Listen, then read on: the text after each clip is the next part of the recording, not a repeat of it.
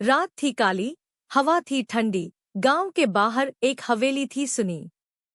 लोग कहते थे वहां कोई रहता नहीं, पर हर आधी रात कुछ आवाजें आती थी। एक दिन 4 दोस्त निकले घूमने, सच जानने और राज ढूंढने। टॉर्च लेकर पहुंच गए दरवाजे तक। दिल में डर था, पर कदम थे मजबूत। दरवाजा खुला अपने आप धीरे से, जैसे कोई बुला रहा हो चुपके से। अंदर हर तरफ धूल और अंधेरा, दीवारों पर था अजीब सा पहरा।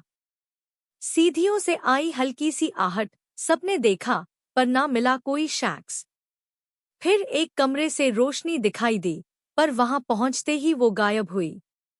दीवार पर लिखा था एक पुराना नाम, जिसे पढ़कर सब हो गए परेशान।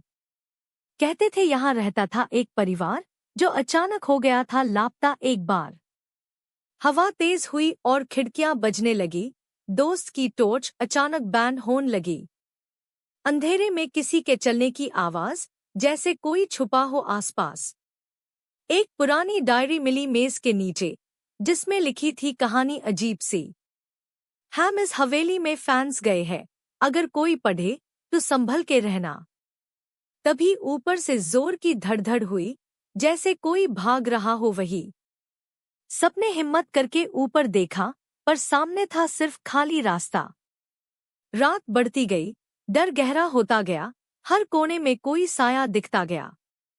अचानक एक पुरानी घड़ी बजने लगी, 12 बजे की घंटी गूंजने लगी। उस आवाज के साथ सब कुछ थम गया, हवा का चलना भी रुक सा गया। और फिर एक धीमी सी फुसहट सुनाई दी, यहाँ से चले जाओ। दोस्त भागे बाहर पूरी ताकत से, पीछे मुड़कर ना देखा एक पाल के लिए। सुबह हुई तो हवेली फिर सुनी थी, जैसे कल रात कुछ हुआ ही नहीं।